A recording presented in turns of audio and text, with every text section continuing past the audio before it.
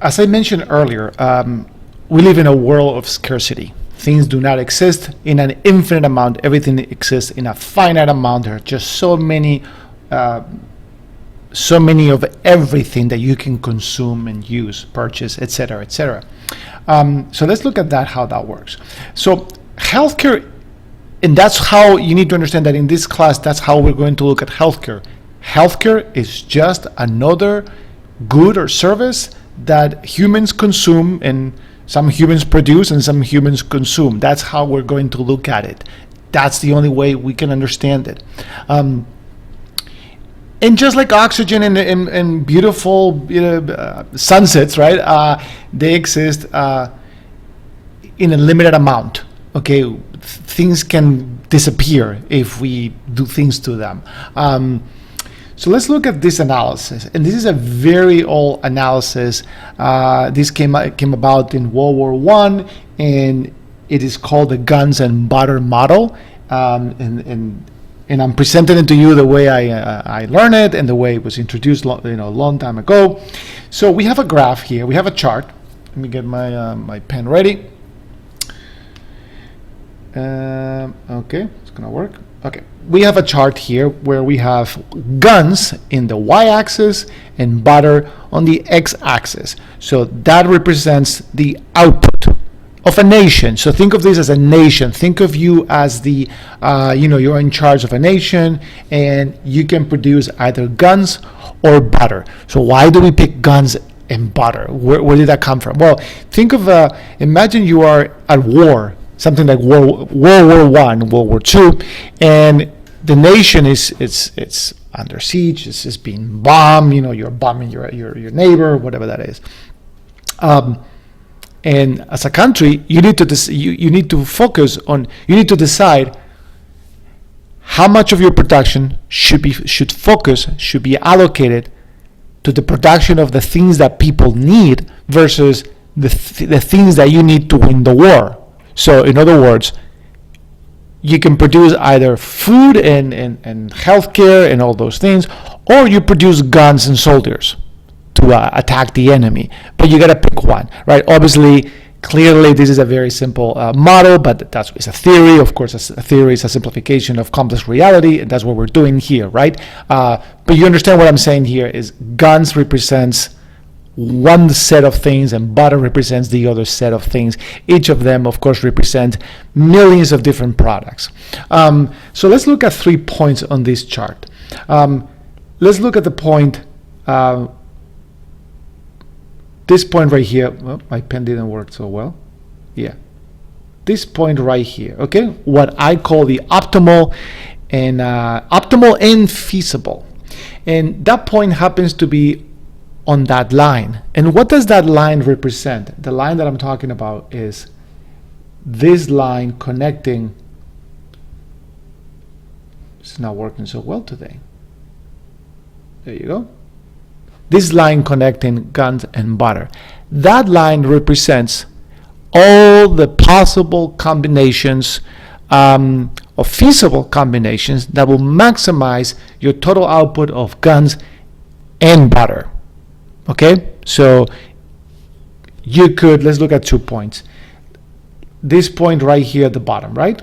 This point right here represents a lot of butter and no guns, right? You could dedicate 100% of your resources to make butter, and you will make a lot of butter, but you will make no guns. So if you're at war, your enemy will destroy you, and that's it. It's the end of the game. There was no point in making that much butter. Your enemy actually just took the butter that you produced. What about this other point up here on the y-axis, where you produce all guns but no butter? Well, you're going to be very good at eliminating your enemy, but once you're done with your enemy, you're going to realize that your population also starved to death. So you lost. You won the war, but you won the battles, but you lost the war, I guess, because you kill your population. So neither is optimal. But if you connect those 2 points, right, it's all these different combinations of the two. It's a 50-50, it's a 60-40, 37, whatever that is. All these different combinations that will give you some food and some guns. So let's go back to the point I was referring to earlier, this optimal and feasible right here. So that point happens to be right on the line. So that means that that point is optimal and feasible. Okay, so that's a good thing. Now, what about the point up here, the unfeasible? Well, that point, right? That point represents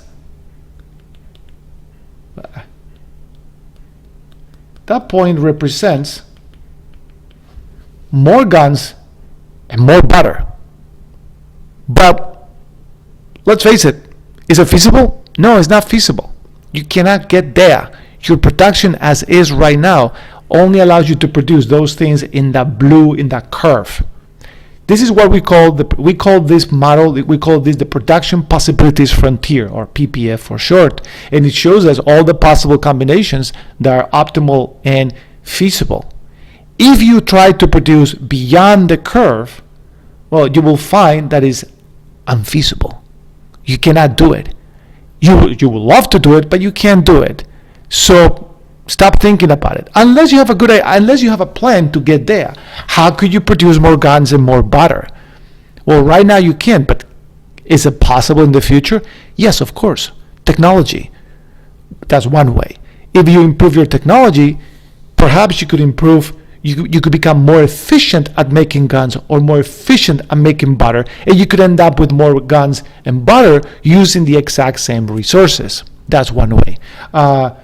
But right now, the current time, you can't get there. Now, what about this other point down here? That's a not optimal, talking about this point right here. That's a not optimal, but it's feasible. Yes, you can do it. You can do it. All you have to do is tell half of your people not to go to work, and you will get to that amount of guns and butter. But it's not optimal. Feasible, but it's not optimal. You could do better. You can be better. You can produce more, right? You could produce, instead of this quantity, you can produce this other quantity by efficiently allocating your resources. Okay, so this is what we call the production possibilities frontier. So you need to keep this in mind when you talk about healthcare. Okay, let's talk about that.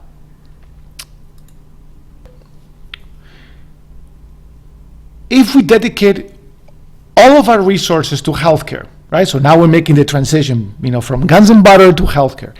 If we dedicate all of our resources to healthcare, we will end up with a lot of healthcare.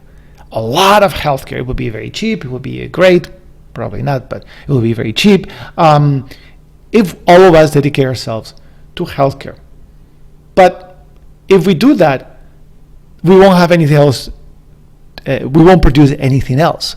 We won't have food. We won't have clothing. We won't have shelter. We won't have anything else if we dedicate ourselves fully to healthcare. So I hope you understand that, and I hope you agree with me that we cannot dedicate every resource we have to healthcare, because that would completely ignore everything else that we need in society, and our society will collapse.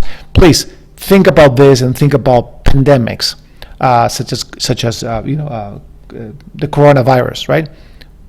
We could eliminate the coronavirus or any pandemic if we dedicate 100% of our resources to the fight. But if we do that, we would destroy our society, destroy our, just die. We will die from starvation and from other problems. So there is a trade-off. There's a trade-off there. That's what we're talking about. So what are we saying here? What we're saying here is that every time we produce one more unit of healthcare, every time we bring another bed to a hospital, another MRI machine, another doctor, every time we do that, we are sacrificing something else. May seem little to you, but in the aggregate, it's huge. It's very important. Every time we bring someone through the through university and becomes a doctor, right? We are adding healthcare, but that person is no longer going to be making shoes. They could be making my shoes, right?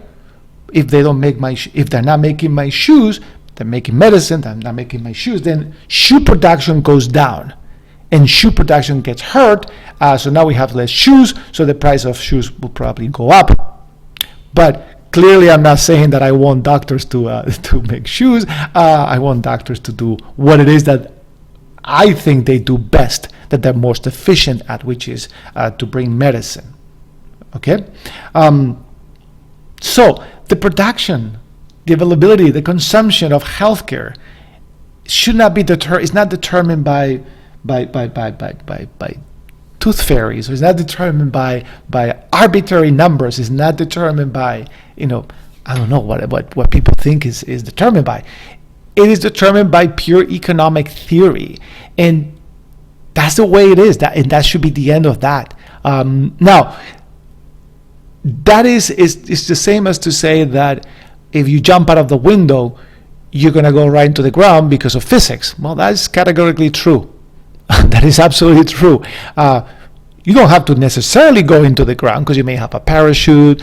There may be something that stops your fall on the way down. I do have a funny story about that, but I'll skip it. Bottom line, economics is what determines the availability, the price, the consumption of healthcare. If you don't like the output of healthcare currently available, if you don't like the pricing, if you don't like any of those things, economics is going to explain to you why that is, and economics is also going to help you to change it if that's what you want to do. Thank you.